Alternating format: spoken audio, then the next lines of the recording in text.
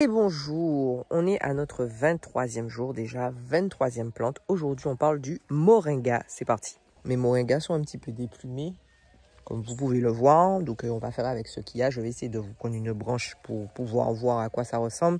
Au moins, là, vous pouvez voir un peu la casse. De là, vous voyez les casses. Hop, je vais essayer de vous trouver une branche. Alors déjà, on est dans la famille des moringacées, comme le nom l'indique, moringa.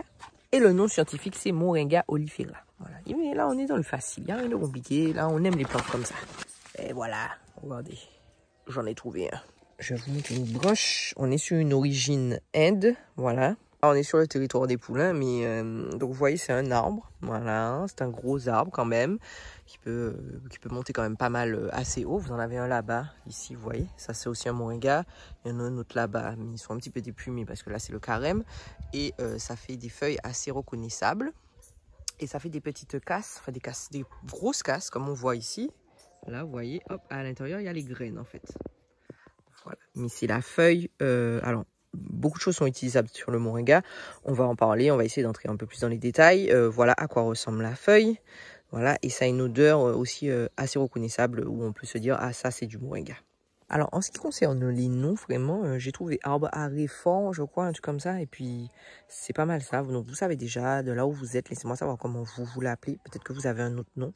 Alors, comme on l'a dit, le mot moringa vient de l'Inde. Donc, le mot moringa vient du tamoul. Donc, le tamoul qui est une langue qui fait partie d'une des langues parlées en Inde. Ça veut dire moringue ou moringa, moringue, en tout cas. Voilà, avec cette langue-là. On va commencer avec les feuilles, parce qu'en général, les feuilles sont extrêmement appréciées. On l'appelle le super aliment. Ça regroupe plein de vitamines, ça regroupe plein de minéraux, ça regroupe de super, de super bienfaits. Enfin, vraiment, le moringa, c'est, je vous ai dit, c'est le super aliment que vous allez retrouver un petit peu partout. Ça a été mis en avant beaucoup aussi en Afrique avec les problèmes de malnutrition. Mais on va rentrer un petit peu plus dans le détail de son utilisation. Alors, il faut savoir que déjà, la feuille, là, elle contient 7 fois plus de vitamines qu'une orange. Donc, voilà. Pour les personnes qui ont besoin de se booster, pour les personnes qui, par exemple, sortent d'une maladie ou qui sont en maladie, qui ont besoin de retrouver des vitamines, que le corps reparte, le moringa est votre meilleur ami plutôt que d'aller envoyer une orange sur votre personne. Mettez du moringa dans votre vie. Il contient également 4 fois plus de carotène que la carotte. Donc, voilà. Il pique caroté que la carotte. Hein. Donc, si vous voulez bien bronzer, avoir un bronzage magnifique, ou bien même si vous avez des problèmes au niveau de la peau ou autre, puisque la carotène, ça aide aussi à l'assimilation, mettez du moringa dans votre vie. Voilà, vous allez avoir une belle peau bien assimilée par le bronzage. Et enfin, ça contient 4 fois plus de calcium que le lait. Donc, les amateurs de lait, là, et que vous savez que ça vous donne, hein, on se sait, les gens qui aiment le lait, on se sait, vous avez du mal après, vous savez déjà, les malboudins sauvages qui vous prennent, enfin ce ne sont pas des malboudins sauvages puisque vous avez cherché votre malboudin. En tout cas, mettez plus du moringa dans votre vie si vous cherchez du calcium plutôt que du lait. Oh, j'aime m'asseoir parce que je suis fatiguée. Alors, désolé pour la vue apocalyptique derrière, mais c'est ça, quand on laisse des poules dans un champ, elles ont une tendance à bien, qu'on appelle ça, à tout nettoyer, donc ça fait un champ dégarni, il n'y a plus d'herbe. Bref, revenons à nos moutons. Alors, le moringa a des propriétés antibactériennes, anti-inflammatoires, antitumorales. Alors, la médecine ayurvédique, je vais y arriver avec ce mot, je vous le dis. Alors, dans cette médecine-là, en gros, on dirait que ça nettoie, non, ça soigne plus de 300 maladies. Voilà, donc c'est quand même pas mal. Donc, dans ces maladies-là, on retrouve le rhume, le diabète, l'hypertension. Stimule aussi le système immunitaire. J'en ai souvent parlé par rapport au Covid. Dans la période Covid, le moringa était un essentiel puisque ça traite aussi, j'ai des petits cheveux là, ça traite aussi tout ce qui est les problèmes respiratoires. Donc, parce que ça augmente en fait la capacité respiratoire, mais aussi l'anémie par rapport au fer, l'absorption du fer, etc. Ça augmente la santé, ça augmente. Je sais pas si ça augmente, mais ça améliore, c'est mieux. Ça améliore la santé des yeux. Je parle depuis tout à l'heure, ça n'enregistre pas. Je ne sais même pas où est-ce que je me suis arrêtée, attendez. Et ça m'arrive que quand je suis fatiguée. Je crois que j'ai appuyé sur le bouton, j'ai pas appuyé sur le bouton, je sens une palabrerie comme ça, seule dans la nature. Et puis après, je me rends compte que j'ai pas appuyé sur le bouton, ça fait 2 minutes que je parle.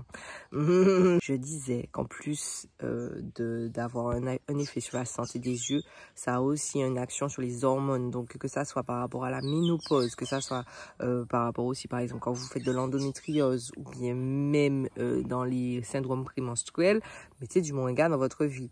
Enfin, il y a certains dires, j'ai vu certaines études, mais je pense qu'il n'y en a pas forcément assez pour pouvoir vraiment dire avec précision que ça permet de prévenir les cancers. Je pense que vu ces actions qui vous permettent en fait d'avoir un organisme plus fort, ça a une action là-dessus indirecte, mais laissez-moi savoir, vous, dans votre culture, est-ce que c'est quelque chose qui fait partie du non-dit, qu'on dit oui, prends du moringa, un peu comme la sauge, où on dit que ça éloigne le docteur. Est-ce que pour vous, le moringa dans votre culture, on dit aussi, ben, le moringa, prends du moringa, tu n'auras pas de cancer, donc prévenir le cancer du sein, du côlon et de la prostate, etc. Voilà, laissez-moi savoir. Maintenant, vous allez me dire, oui, mais comment on utilise le moringa? Alors, le moringa, ça s'utilise soit on utilise les feuilles, donc vous pouvez soit faire une infusion des feuilles, soit vous faites l'infusion, c'est 20 grammes litres, hein, rien de bien compliqué, donc c'est à peu près une bonne poignée, donc vous mettez encore 3-4 branches de plus que ça dans 1 litre d'eau, soit vous pouvez faire un jus, le jus est excellent, moi c'est mon jus préféré avec le jus de prune de citerne, de feuilles de prune de citerne. Bon, parfait. Vous pouvez également les faire sécher. Donc là, le moringa s'utilise aussi sec.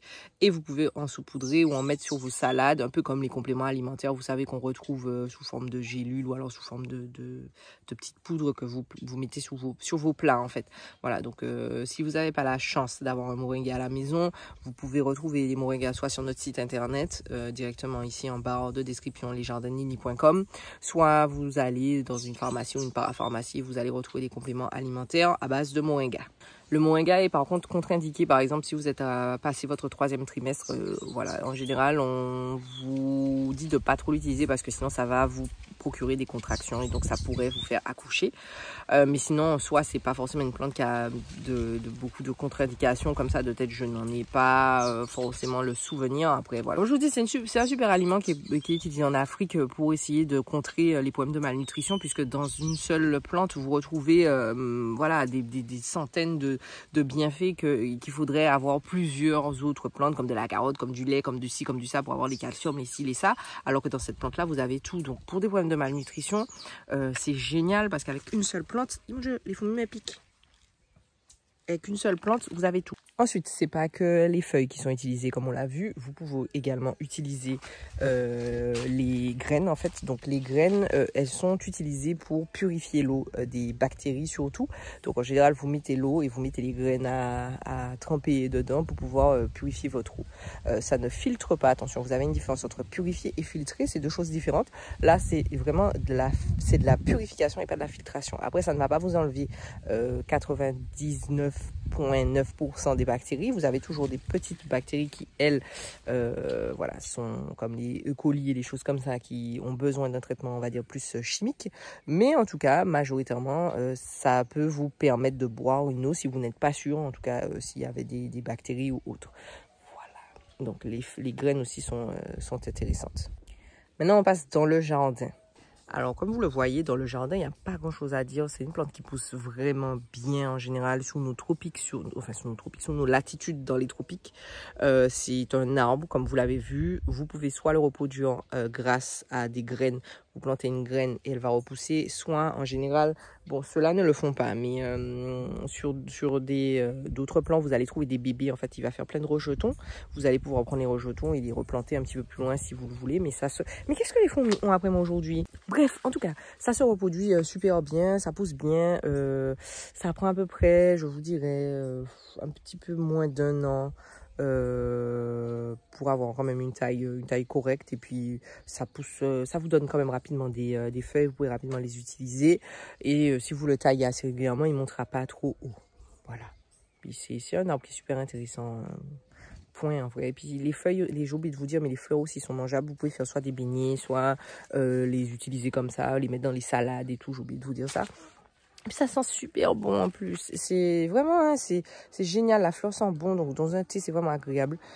Et voilà, bye. Pareil, sur ce genre de plantes comme le moringa, je m'attarde pas trop parce que c'est des plantes qui ont tellement été abordées en long, en large et en travers par tout le monde. Parce que comme je vous ai dit, ça a été la révélation.